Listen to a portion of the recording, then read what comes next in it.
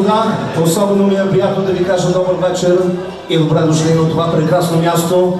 Тук, където ни е събрал изключителният повод да празнуваме сватбеното тържество на тези млади и щастливи хора пред всички нас, които от днешния ден за наша всеобща радост съставляват младото семейство Гергана и Георги Пирякови. Аплодисменти!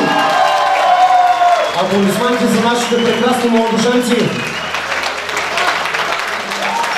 Какво можем да пожелаем на младото семейство Пирянкови, споделяйки го заедно с тяхните кумове, които стоят отясно и отляво на булката и младоженеца, с тяхните прекрасни родители, шаферите и всички вас, роднини и приятели.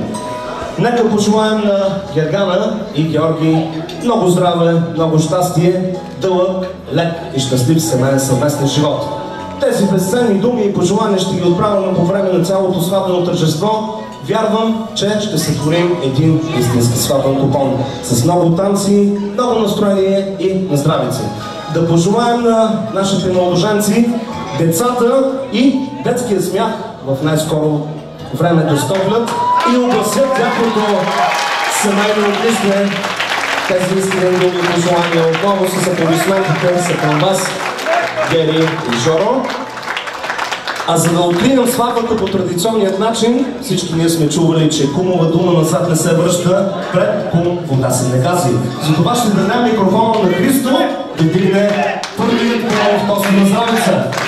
А в днешния ден с много любов и настроение кумова Деница и Христо. Аплодисменти още един път за кумовата.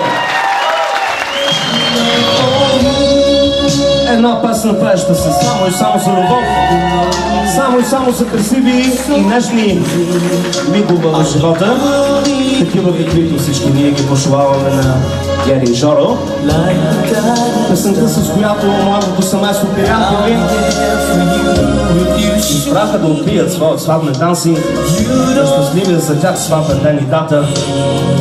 Петото число от 9-тият месец на 2010 година. Горчиво!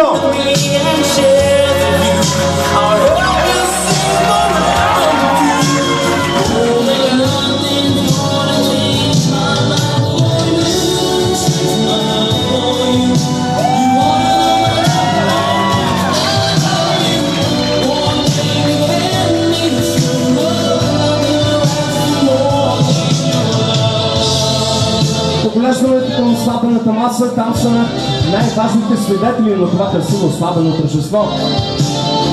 Кумовете Деница и Христо, нека те подкрепят нашите младоженци в този момент. Там са и едни много щастливи хора. Това са именно щастливите родители на младоженците. Семейството Мария и Лазар Пирянкови, както и родителите на бурката Иванка и Петър Петров, и каним ги със своите деца.